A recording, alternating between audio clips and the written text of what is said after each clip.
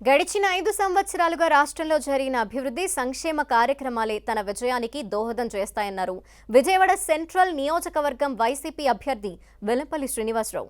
గత ఎన్నికల్లో వైసీపీ ఇచ్చిన హామీల్లో 100% అమలు చేశామని చెప్పారు. వైసీపీ పాలనలో బడుగు బలహీన వర్గాలు లబ్ధి పొందాయన్నారు. జగన్ రెండవసారి సీఎం కావాలని నియోజకవర్గ ప్రజలు కోరుకుంటున్నారని ఆయన తెలిపారు.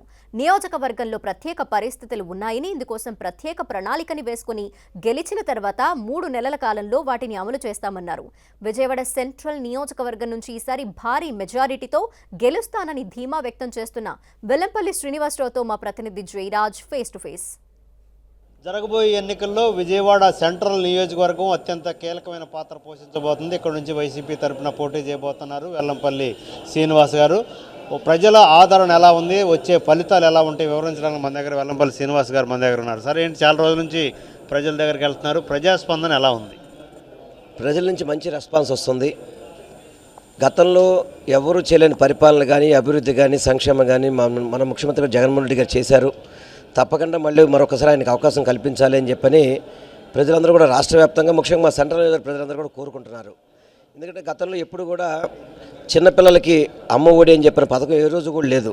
ఎందుకంటే వాళ్ళకి ఓట్లు లేవు కదా, ఎందుకు మనం వాళ్ళకి పథకాలు ఇవ్వాలన్న మనస్తత్వంతో పనిచేసే చంద్రబాబు నాయుడు ఈరోజు ఫస్ట్ క్లాస్ నుంచి ఇంటర్మీడియట్ వరకు అమ్మ ఒడి కావచ్చు, 45 ఏళ్ళు దాటిన ప్రతి మహిళకి చేయూత కావచ్చు, అదేవిధంగా అవ్వాతాతలకి పెన్షన్ 3000 రూపాయలు నేరుగా ఇంటికి ఇచ్చే విధంగా కావచ్చు. ఈ పథకాలు ఏమీ కూడా గతంలో చంద్రబాబు చేయలేదు.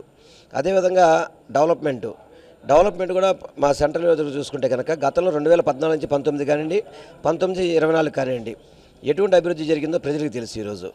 అందుకనే ఈసారి మరొకసారి జగన్మోహన్ రెడ్డి గారికి అవకాశం కల్పించే, ఎందుకంటే డెవలప్మెంట్స్ అన్నీ కూడా ఆన్గోయింగ్ ప్రాజెక్ట్స్గా నడుస్తున్నాయి. వాటన్ని పూర్తి చేయాలన్నా, పథకాలు ప్రతిదీ కూడా నేరుగా ఇంటికి చేరాలన్నా కూడా జగన్మోహన్ రెడ్డి గారు వస్తేనే సాధ్యం. కాబట్టి తప్పకుండా మేము జగనన్నకు ఓటేస్తాం, జగనన్న గెలిపించుకుంటాం, 100 రూపాయలు సెంట్రల్ నియోజకవర్గం మంచి మెజారిటీతో మిమ్మల్ని గెలిపిస్తామని ప్రజలందరూ చెప్పడం నాకు చాలా సంతోషంగా ఉంది. మరి ఇప్పటి వరకు మీరు పశ్చిమ నియోజకవర్గానికి ప్రాతినిధ్యం వహించారు, మంత్రిగా పనిచేశారు.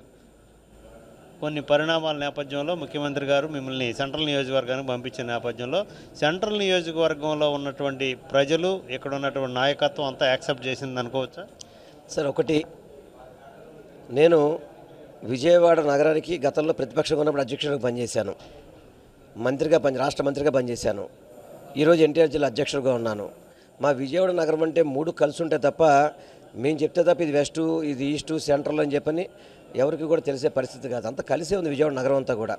అదేవిధంగా నాకు పార్టీ నాయకులతో, కేడర్తో కూడా పూర్తి సత్సంబంధాలు ఉన్నాయి అందరితో కూడా. అటు ఈస్ట్ కాన్స్టిట్యూన్సీలో అందరితో పరిచయాలు ఉన్నాయి, ఇటు సెంట్రల్లో ఉన్నాయి, ఇటు వెస్ట్లోనే ఆల్రెడీ నేను ఎమ్మెల్యేగా ఉన్నాను. అందుకని నాకేం పెద్ద తేడా అయితే అనిపించిన పరిస్థితి లేదు. ఎందుకంటే గతంలో ఇక్కడ మాకు మల్లాది విష్ణు గారు ఎమ్మెల్యేగా ఉన్నారు, ఆయన నేను చాలా క్లోజ్గా మూవ్ అవుతుండేవాళ్ళం. ఈరోజు ఇద్దరం కూడా కలిసి పనిచేస్తున్నాం. తప్పకుండా నాకు సెంట్రల్ ఏం నాకు కొత్త అనిపించే పరిస్థితి లేదు. కాకపోతే అపోజిషన్ వాళ్ళు ఏంటంటే సునకానందంలాగా ఆయన కొత్తగా వచ్చేది ఏంటి, నేను ఎప్పటి నుంచి ఇక్కడ ఉన్నాను, తప్పనిసరిగా గెలిచి చూపెడతా కూడా వాళ్ళకి. నేను ఇప్పుడు పశ్చిమ నియోజకవర్గంలో వెల్లంపల్లి మార్క్ అనేది చూపించారు పరిపాలనలో. అదేవిధంగా సెంట్రల్ నియోజకవర్గంలో ఏ విధమైన అభివృద్ధి, సంక్షేమాన్ని ఆశించవచ్చు? నేను ఒకటే, జగన్మోహన్ రెడ్డి గారి ఆశీస్సులతో పశ్చిమ నియోజకవర్గాన్ని చాలా చక్కగా అభివృద్ధి చేశాను. పార్టీ నాయకులందరికీ కూడా గుర్తింపు వచ్చే విధంగా అనేక పదవులు జగన్మోహన్ రెడ్డి గారి నాయకత్వంలో, ఆయన యొక్క ఆశీస్సులతో వేయడం జరిగింది. అదేవిధంగా రేపు రానున్న రోజుల్లో కూడా సెంట్రల్ నియోజకవర్గానికి సంబంధించి నాకు ఇప్పటికే కొంత డెవలప్మెంట్స్కి కొన్ని ఇబ్బందులు ఉన్నాయి. వాటన్నిటిని కూడా సార్ట్అవుట్ చేయడానికి గౌరవ ముఖ్యమంత్రి గారికి కూడా దృష్టి తీసుకొచ్చాను. తప్పకుండా ఇవన్నీ కూడా శాంక్షన్ చేస్తామని చెప్పారు. అదేవిధంగా పార్టీ క్యాడర్ కూడా కొంత గుర్తించాల్సిన అవసరం ఉంది.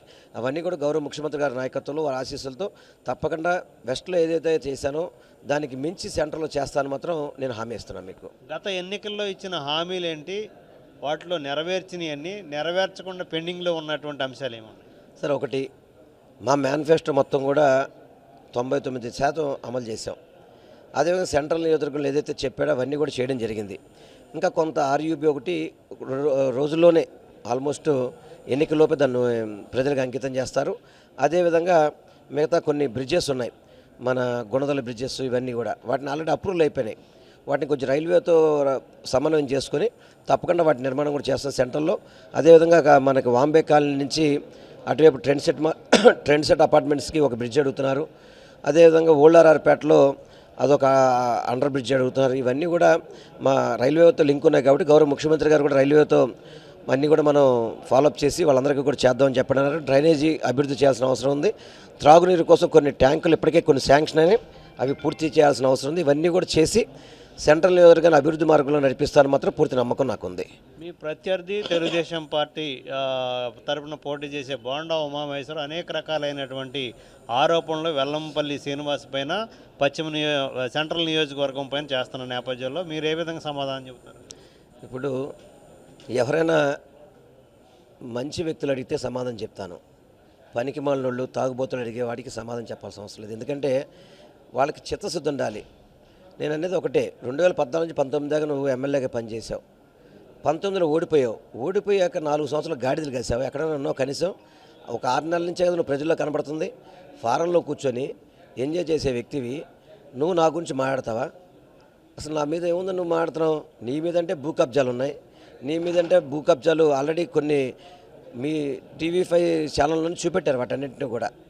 ఇవన్నీ కూడా నువ్వు కడుక్కో.